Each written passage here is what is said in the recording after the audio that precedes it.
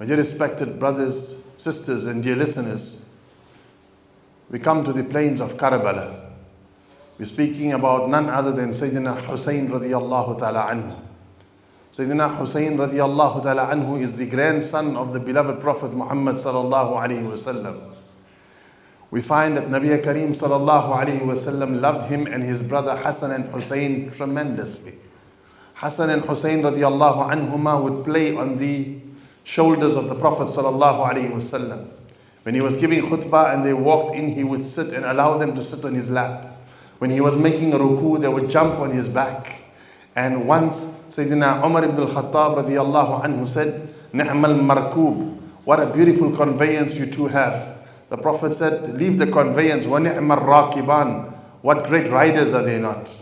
The Prophet sallallahu alayhi wasallam said, "Sayyida shababi ahli al-Jannah, Hassan and Hussein are the leaders of the youth of Jannah." The Prophet sallallahu alayhi wasallam one day came to Fatima radiyallahu anha's home, and Hassan and Hussein were crying out of severe hunger. The Prophet sallallahu alayhi wasallam asked Fatima if there was anything, and when there was not, the Prophet put his Mubarak tongue in the mouths of Hassan and Hussein, and they suckled on the tongue of the beloved Prophet sallallahu alayhi wasallam, and his Mubarak saliva became a nourishment from them. It is said for days after that they never cried.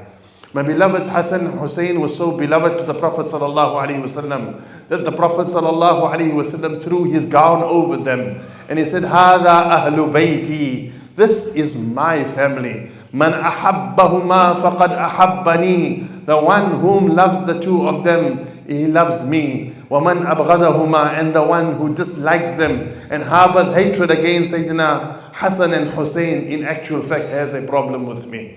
The same Hussein radiallahu anhu, thinking that the people of Kufa have opened their gates and waiting for him, comes now. And when he comes to Karbala, Ibn Zeeyad then surrounds him with an army of 4,000 men. Sayyidina Hussein radiallahu anhu had almost 80 to 100 people with him. Amongst them were the children of Sayyidina Ja'far radiallahu anhu, the brother of Ali radiallahu anhu, the cousin of the Prophet. The children of Aqil, the brother of Ali radiallahu ta'ala anhu. Some of the children of Ali radiallahu anhu himself, meaning the siblings of Hassan radiallahu anhu. Ali radiallahu anhu had Hassan, Hussein and Muhsin, and Kulthum from Sayyidatuna Fatima to Zahra radiallahu anha.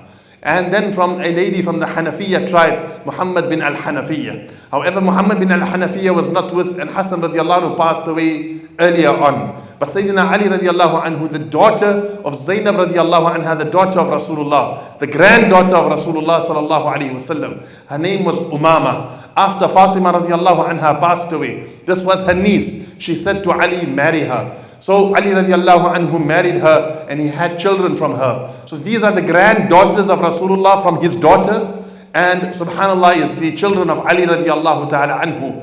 Allahu Akbar. At that moment in time, Sayyidina Hussein radiallahu anhu had the entire family of Rasulullah sallallahu alayhi wasallam, the granddaughters of Fatima to Zahra radiallahu anha, Hussein's own daughters, Hassan radiallahu anhu's children. And they are all standing there and witnessing people closing upon them. Beloved, subhanallah, this was on the 3rd of Muharram. Sayyidina Hussein radiallahu anhu was martyred on the 10th of Muharram. So this happened on the 3rd of Muharram. Imagine one entire week. Sayyidina Hussein radiallahu anhu was trapped in the middle of Al-Ara, desert, nothing there, not even a droplet of water. My beloved, subhanallah, they were 4,000, and Hassan radiallahu anhu with the little and few soldiers he had with him, and the youngsters from the family of the Prophet sallallahu alaihi wasallam, hardly 100 of them. They were so brave that the 4,000 dared to come close. So when they could not win on the count of duels, they began sending archers in, and the archers began raining arrows. And in this way, most of their horses, the horses of Sayyidina Hussein and his family, were all killed. And now they had to fight on foot. My beloveds, when this happened, the men then surrounded the women folk, and they made a type of a wall around them, and they began to speak. And this is when Sayyidina Hussein radiallahu anhu spoke his heart out, and he said, "I don't blame Yazid for what is happening today. I don't blame anyone else as much as I blame the Kufiyin. They deceived me. They showed me support and they deceived me out here. And now at the 11th hour, when I am in need, because of the desire of wealth and because of the fear and being threatened, they have taken a back step and deserted me. And subhanallah, his complaint was against the Kufiyin. Why did you write me these letters if you didn't want me to come? Why did you bring me out here in the middle of the desert and then desert me? Ibn Zeeyad sent reinforcements, and the command was clear that put Sayyidina Hussein radiallahu ta'ala anhu to an end. I told you Yazid did not want to kill Sayyidina Hussein radiallahu anhu. No one wanted the blood of Rasulullah sallallahu alaihi wasallam's family on their hands. But these few people in power, Ibn Zeeyad and his cronies, they were adamant to put an end to Hussein radiallahu anhu for their small personal reasons. Zuhair bin Qayn was under Sayyidina Hussein radiallahu ta'ala anhu, and subhanallah, the Zuhr Salah comes in. So Sayyidina Hussein radiallahu anhu told Zuhair bin Qayn, go and speak to Sinan and go and speak to Shamar. We need to make our Salatul Dhuhr. So subhanallah, they said, not hearing. Your salah is not even accepted. So Hussein radiallahu anhu said, if the salah of the family of Rasulullah sallallahu alaihi wasallam is not accepted, then whose salah will ever be accepted? Then Sayyidina Hussein radiallahu anhu stood up and he said to Zuhair bin Qayn, take some of your men and protect me and make a shield, and I'm going to perform the Salatul Dhuhr. Sayyidina Hussein was a very tall person, very, very fair, rosy cheeks like that of Rasulullah sallallahu alaihi wasallam, jet black hair. He resembled the Prophet sallallahu alaihi wasallam, a big amama, and he stood tall, and everyone began to perform the salah behind him. My beloveds, he has an army in front of him. Arrows are raining, children are being killed, but even in that hour he does not give up his salah in jama'ah. My beloved, subhanallah, as he's performing salah, an arrow came and hit Zuhair bin Qayn, and Zuhair bin Qayn is breathing his last now. Sayyidina Hussein radiallahu anhu shortened the salah, and he reads the salam, and then he sees Zuhair bin Qayn passing away, and he holds hand to Zuhair, and Zuhair tells him these last words, Ya Hussein, aqbil hudita hadyan mahdiya. Oh Hussein, don't take a step back, go forward, you are rightly guided. Al-yawma talqa jaddaka nabiyya. Today you are going to meet your grandfather, the Prophet Muhammad sallallahu alaihi wasallam. Hasanan wal murtada aliyya. On the right will be Ali, your father, and on the left will be Hassan radiallahu anhu, waiting to embrace you. And behind him was Shuhud al-Ja'far al-Kamiyya wa Asadullah al-Mafiyya. Sayyidina Ali radiallahu anhu, Sayyidina Hassan, and your uncle Sayyidina Hamza radiallahu ta'ala anhu, Sayyidina Ja'far radiallahu ta'ala anhu. The entire elite family of the Prophet will be there to subhanallah receive you. Sayyidina Hussein radiallahu ta'ala anhu then stands up. My beloveds, this moment was already prophesied by the Prophet sallallahu alaihi wasallam. The Prophet Muhammad sallallahu alaihi wasallam one day is in the house of Salimata radiallahu ta'ala anha. He's taking his afternoon nap, his qaylula, and then he comes out of the room and he's crying profusely. Salimata radiallahu anha asks him, وَمَا يُبْكِيكَ يَا رَسُولَ اللَّهِ. O Prophet of Allah, why are you crying so profusely? The Prophet sallallahu alaihi wasallam said, Ja'ani Jibreel. In his hands, in the Prophet's hands, he has sand, and he's holding the sand. And he said, Jibreel alayhi salatu wasalam came to me now, and he gave me a handful of the sand. And she asked, what sand is this, Ya Rasulallah? She said, this is the sand of Karbala. It will be drenched with my grandson's blood. It will be drenched with my grandson's blood. He knew what's going to happen. Allahu Akbar. My beloveds, at this moment in time, Sayyidina Hussein radiallahu anhu, he subhanallah stands up. That night he has a dream. And he sees in his dream Rasulullah sallallahu alayhi wasallam's open arms waiting for him. He says to everyone around him, today is the day to go and meet my grandfather. Until now I was in some hesitancy. And by the qasam of Allah, I gave these people every reason to turn back. I told them I'll go back to Makkah and worship Allah. I gave them the choice of me going and making peace with Yazid. I even gave them the choice of, subhanallah, going to some unknown land where the Umayyads have no power, and I will stay there. and they refused me each one. And furthermore, they killed my children around me. And they also, subhanAllah, killed my cousin Muslim bin Aqil in a very, very pathetic way. But still I'm willing to make peace.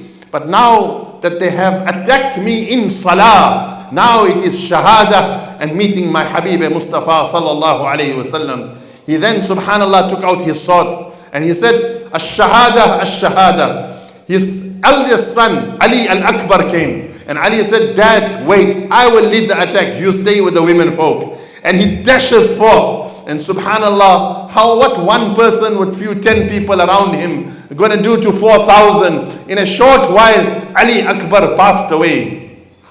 Then came Qasim ibn Ja'far. Qasim, the son of Ja'far radiallahu ta'ala anhu. When Ja'far al-Tayyar passed away in Muta, he's called Tayyar because his hands were cut off in the battle of Muta. The Prophet sallallahu alaihi wasallam said, Allah substituted Ja'far with 2 wings that he is right now flying in Jannah. His son Qasim was a small boy at that time. The Prophet came, put his head on his head and subhanAllah sympathized with him. He says, oh my cousin Hussein, let me go. And Qasim jumps in the subhanAllah midst of the battle. But instead of killing Qasim, they take Qasim and they begin poking him slowly with the arrows, making him scream.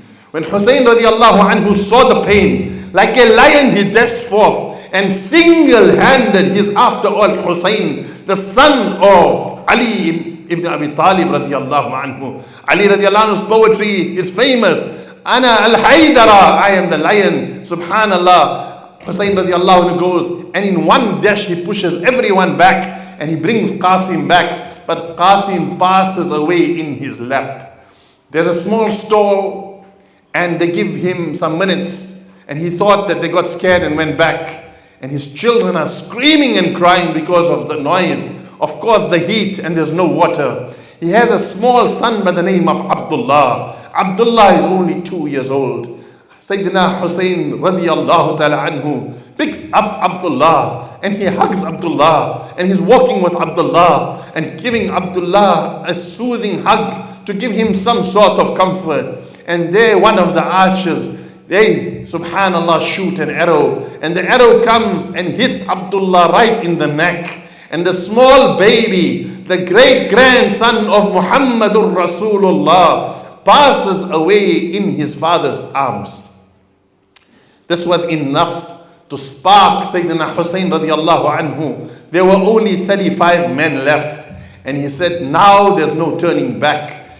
Sayyidina Hussein radiallahu anhu and the 35 men, subhanallah, jumped forth. And Shimr himself and Sinan came. And they pushed the sword in the back of Sayyidina Hussein radiallahu ta'ala anhu. They did not spare even one family member, male family member of Rasulullah sallallahu alayhi wasallam. Like sheep, they lined them up. The great-grandson of Rasulullah, the grandson of Rasulullah, one by one they slaughtered them. Allahu Akbar. What was happening in the skies at that time? What was happening with Rasulullah sallallahu alayhi wasallam in his grave? Allahu Akbar. My beloved, he always told us, Ala bayti wa itrati, look after my family. My beloved, subhanallah, after this, Allahu Akbar, they then came to the tents. Allah made it that there was one young child. He was a male. His name was Zainul Abidin. Zainul Abidin was sleeping in the tents.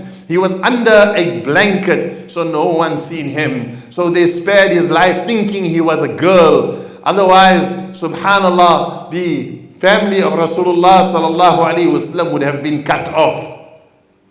And this is what the kuffar of Makkah told Rasulullah sallallahu alaihi wasallam, that he is abtar, he is cut off. Allah said, Inna shani'aka huwal abtar. Your enemies are cut off. They killed 35 members of Rasulullah. One young child sleeping in the tent. Zainul Abidin is the one that continued the family of Rasulullah sallallahu alayhi wasallam. When he was making tawaf around the Kaaba, there was an Umayyad king, Hisham bin Abdul Malik, sitting there. And when Hisham wanted to come and kiss the Kaaba Musharrafa, then no one gave him way. He had to push with his guards. And then came Zainul Abidin much later, when he was the Shaykh of the Shuyukh, and he walked, and everyone opened the way, and he came to the Hajr Aswad, and he kissed, and then he went away. And someone asked Hisham, who is this? And he said, La Arif, I don't know. He knew very well. And Farazdak the poet was there, and he said, nothing will harm him if you don't know him. فَإِنَّ الْحِلَّ يَعْرِفُ الْحِلُّ وَالْحَرَمُ. The haram knows him. You look forward to kiss the Kaaba. The Kaaba looks forward to kiss him. He is the son of khayru khalqillahi kullihimi, the son of Rasulullah. Ma qala la qattun illa fi tashahhudihi. He never say no to anyone for anything. The only time he uses the way no is in his tashahhud. La ilaha illallah. There's none worthy of worship besides Allah. So this Sayyidina Zainul Abidin was spared. All the women folk, subhanallah, were rounded up. They were chained and they were dragged to Kufa. From Karbala to Kufa is almost 100 kilometers. They were dragged. Imagine just witnessing 35 people. Zainul Abidin, after that, throughout his life, never ever smiled. They said everyone would laugh, smile. Zainul Abidin just had that very, very stable look. And someone asked him, Oh Zainul Abidin, why is it that you never smile? He said, if you had to witness Karbala, you too would have never smiled. If you had to witness what I witnessed on Karbala, you would have never smiled. Subhanallah, Sukayna radiallahu ta'ala anha, the daughter of Hussein, Rubab, the wife of Hussein. Hussein loved her so much, he said, Wallahi, never did I see any problem in my life, except that I hugged Rubab, and that problem went away from me. They took Rubab, they took Sukayna, Zainab bint Ali, Fatima bint Ali, all these women folk directly from the family of Rasulullah sallallahu alaihi wasallam were chained. And then, subhanallah, they were dragged to Kufa. At this time and moment, subhanallah, Zainab bint Ali, the daughter of Ali radiallahu anha, she said this poetry in a very sad voice. Wa Muhammadan, wa Muhammadan. Oh my grandfather Muhammad, oh my grandfather Muhammad. Hada Husaynun bil Ara. This is Hussein. He has just been killed in the middle of the desert. Muzammilun bid-dima. He's covered in blood. Wa Muhammadan, wa Muhammadan. Innahum maqtu'ul a'da. Banatuka sabaya. Wa dhurriyyatuka muqattala. O Prophet of Allah, if you have to come back to this world, you would love to go to the nikah of your granddaughters. Right now, I want to tell you, your granddaughters are in no ceremony with henna and mehndi on their hands. Their hands are filled with the blood of the male members of your family. O Prophet of Allah, dhurriyyatuka muqattala. How if you would come today and witness that your children are, subhanallah, dead. O Prophet of Allah, the least you would do is you would buy a coffin to cover them and bury them. By the qasam of Allah, they left all your male members in limbs cut and left them in the desert without burying them, Ya Rasulullah. Not only did they kill the family members of Rasulullah, they cut off the heads of all of them and they put the heads on spears. And they came with the heads of the family members of Rasulullah to the court of Ibn Zeeyad. Ibn Zeeyad then took the head of Hussein, and Anas radiallahu ta'ala anhu, a sahabi of Rasulullah sallallahu alayhi wasallam, was still alive at that time. Anas radiallahu anhu heard, and he was in the vicinity of Kufa. He walked to the palace, and when he came to Ibn Zeeyad, he said to Ibn Zeeyad, I want to tell you something. How could you kill Hussein? How could you do this?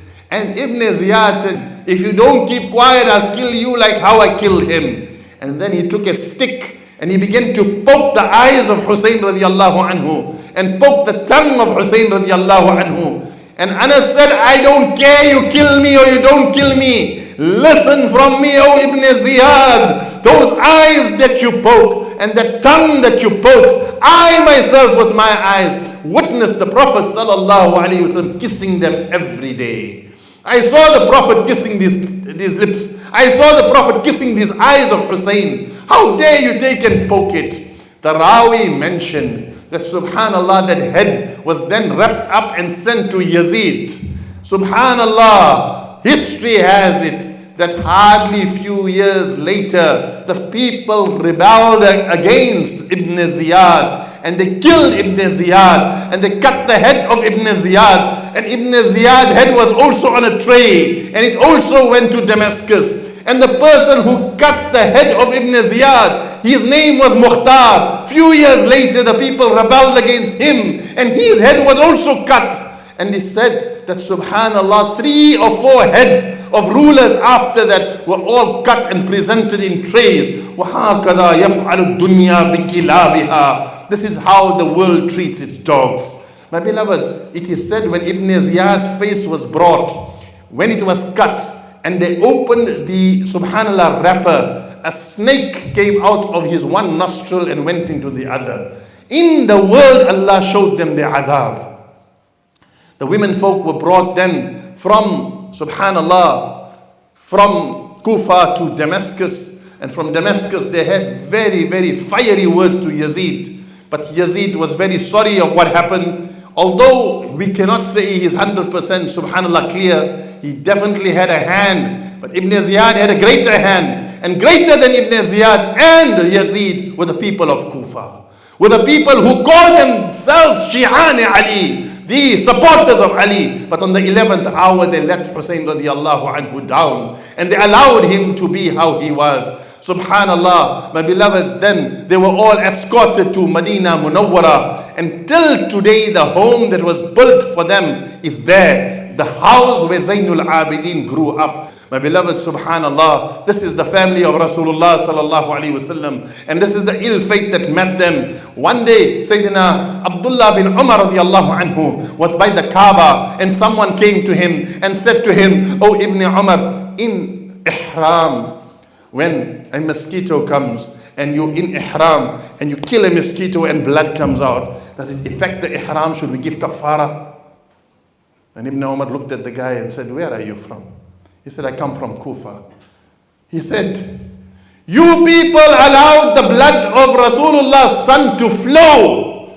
You people did not protect him. You people killed him. And you never asked or dare to ask what is the kafara and the compensation for the blood of 100 members of Rasulullah. And then you come to Makkah and act so pious, and on one mosquito you want to know what kafara to give."